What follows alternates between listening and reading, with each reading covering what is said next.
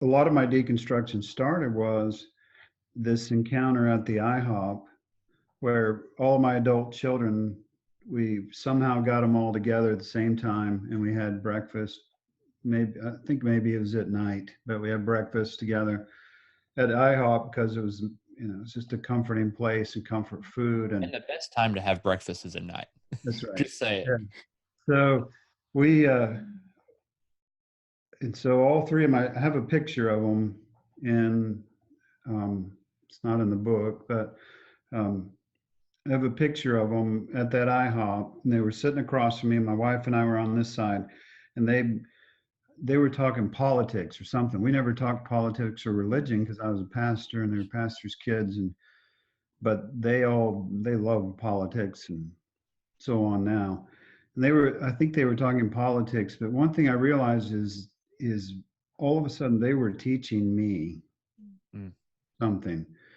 And the few things I think I did right in raising them. Number one is I focused on that verse, don't exasperate your children. And every once in a while Laura would say, you're going too far. You're doing and my daughters would say, you're not helping, Yeah.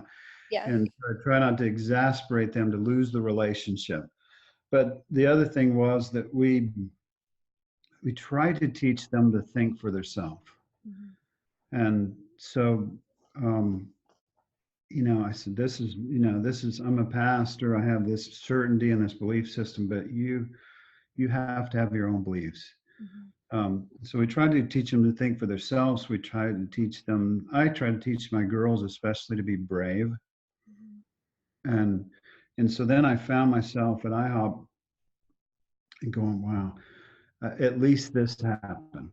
That now they're mature and they're thinking for themselves, and they're actually inspiring me, probably to be more compassionate, to think of God a little different, and especially in their politics was how it was coming out.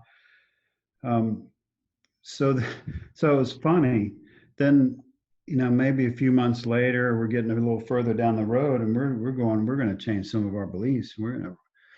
And so I set my girls down. My son's in Taiwan teaching English, but we set them down on the porch, and I said, listen, I just want you to know I'm changing some of my beliefs and believing in a less violent God and a more restorative God and so on.